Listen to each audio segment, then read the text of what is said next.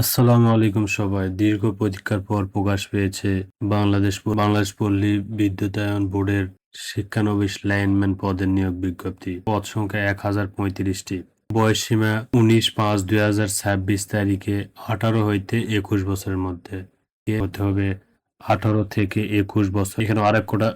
এখানে আরেকটি কথা বলছে, পল্লী বিদ্যুৎ সমিতিতে কর্মরত প্রয়োজনীয় যোগ্যতা সম্পন্ন মিটার রিডার কাম মেসেঞ্জারদের শিক্ষানবিশ লাইনম্যান হিসেবে নিয়োগের ক্ষেত্রে বয়স ১৮ থেকে ২১-এর মধ্যে।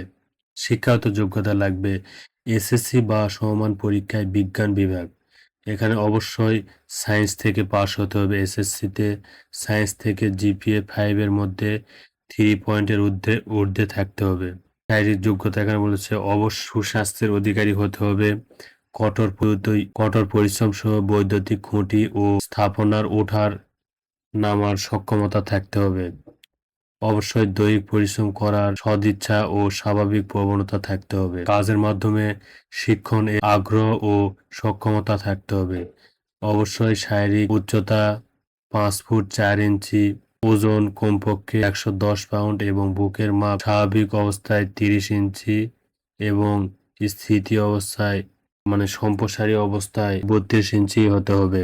৭ মিনিট ১ মাইল মিনি ম্যারাথন দৌড় দিতে ৭ মিনিটে ১ মাইল অর্থাৎ ১ কিলোমিটার পথ ৭ মিনিটে দৌড়ায় পাড়ি দিতে হবে। প্যারালাল বারে বিরতিহীনভাবে পরপর ৫ বার বুক পর্যন্ত ওঠা-নামার সক্ষম হতে হবে। বিদ্যালয় শরীরচর্চা বিষয়ক ক্রিয়াকর্মে পারদর্শী প্রার্থীকে অগ্রাধিকার দেওয়া হবে। বেতন স্কেল বা বেতন কাঠামো ২০১৬ অনুযায়ী অনুপ্রবেশনকালীন নির্ধারিত বেতন ১৫,৫০০। তৎসহ বিধি অনুযায়ী অন্যান্য ভাতা ও সুবিধাদি প্রদান করা প্রবেশন মেয়াদান্তে সংশ্লিষ্ট নীতিমালা মোতাবেক নিয়মিত পরিশোধ করা হবে। মোটামুটি ১৬,৬০০ টাকা পর্যন্ত বেতন হবে শিক্ষানবিশকালে। এই শর্তাবলী দিয়ে দিয়েছে। নির্ধারিত আবেদন ফর্ম নাম্বার ১ বাংলাদেশ পল্লী বিদ্যুৎ বোর্ডের ওয়েবসাইটে পাওয়া যাবে। এই ফর্মটি আমি ডিসক্রিপশনে লিঙ্ক দিব, সেখানে গিয়ে আপনারা এই পুরোটি ডাউনলোড করে নিতে পারবেন। আবেদনপত্রের সঙ্গে প্রার্থীর শিক্ষাগত এই যে আপনার ফর্ম, আমি যেই ফর্মটা দিব এই ফর্মটা ডাউনলোড করার পর এটি পূরণ করতে হবে। A4 সাইজে প্রিন্ট করে পূরণ করতে হবে এবং আবেদনপত্রের সঙ্গে প্রার্থীর শিক্ষাগত যোগ্যতা এসএসসি সমান পরীক্ষা মূল সনদপত্র অর্থাৎ সার্টিফিকেট আনতে হবে। সার্টিফিকেট এর ফটোকপি, নাগরিকত্ব সনদ এর ফটোকপি ও সদ্য তোলা ৪ কপি পাসপোর্ট আকারের ছবি।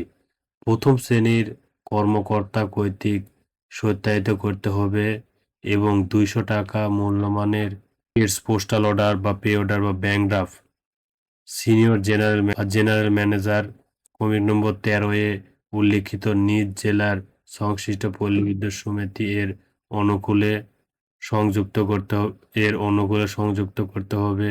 পোস্টাল অর্ডার, পে অর্ডার বা ব্যাংক ড্রাফট ব্যতীত আবেদন গ্রহণযোগ্য হবে না। তাহলে এখানে ২০০ টাকা ব্যাংক ড্রাফট করে সেটি আবেদনপত্রের সঙ্গে অ্যাড করে দিতে হবে।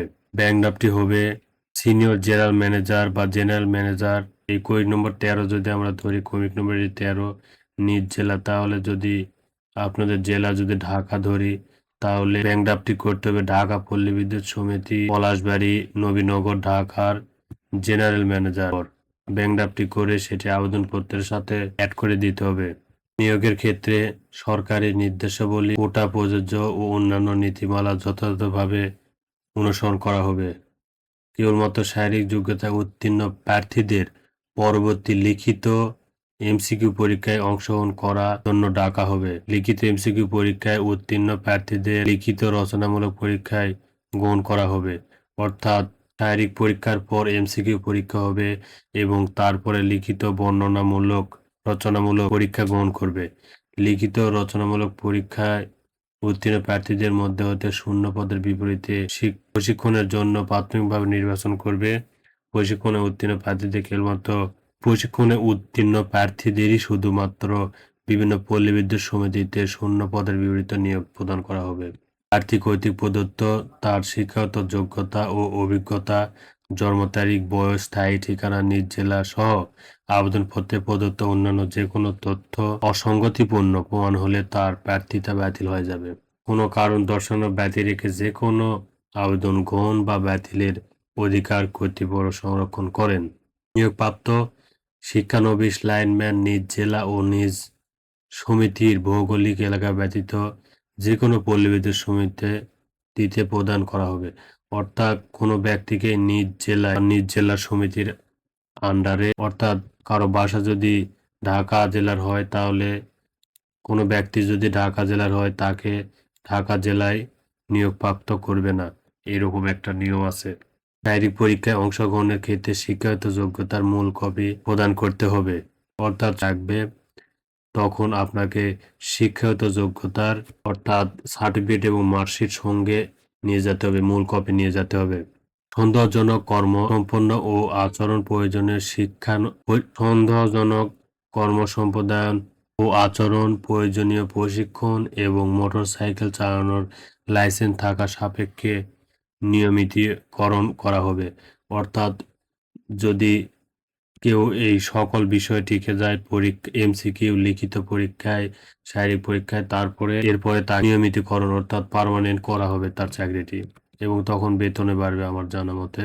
তো এই লিস্টে আপনারা দেখতে পাচ্ছেন শারীরিক পরীক্ষায় অংশগ্রহণের জন্য আবেদনকারীকে উপস্থিতির সময়, তারিখ ও আবেদন পত্র সহ উল্লেখিত উপস্থিতির স্থান, অর্থাৎ শারীরিক পরীক্ষার জন্য 19/5/2026 সকাল 9টায়, ক্রমিক নাম্বার 13। অর্থাৎ এই লিস্ট যে আপনারা দেখতে পাচ্ছেন এখানে আমাদের বাংলাদেশের 64টি জেলা আছে। এই 64টি জেলায় যার যে অফিসে সেই জেলার পল্লী বিদ্যুৎ সমিতিতে আবেদনপত্র ও চাহিত কাগজপত্র সহ উপস্থিত, অর্থাৎ যে সকল কাগজ সঙ্গে নিয়ে যেতে বলেছে সেই সকল কাগজপত্র সঙ্গে নিয়ে যেতে হবে। এখন নিচে আসলে আপনারা দেখতে পাচ্ছেন এখানে ফর্ম নম্বর 1, অর্থাৎ এখানে যেই ফর্ম নম্বর 1 এর মাধ্যমে আবেদন করতে বলছে এটাই হচ্ছে সেই ফর্ম নম্বর 1। ফর্মটি আমি ডিসক্রিপশনে দিয়ে দেবো, এই লিঙ্কে ক্লিক করে আপনারা পিডিএফ ফাইলটি ডাউনলোড করে A4 সাইজে প্রিন্ট করে নিয়ে সঠিকভাবে পূরণ করবেন।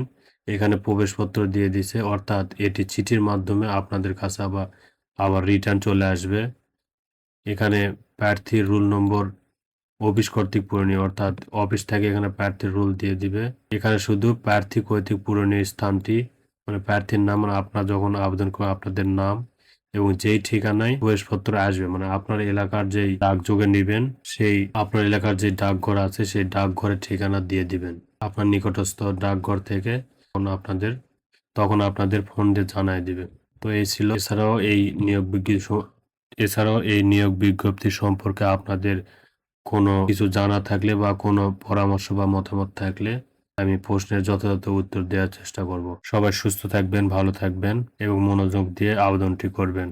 আল্লাহ হাফেজ।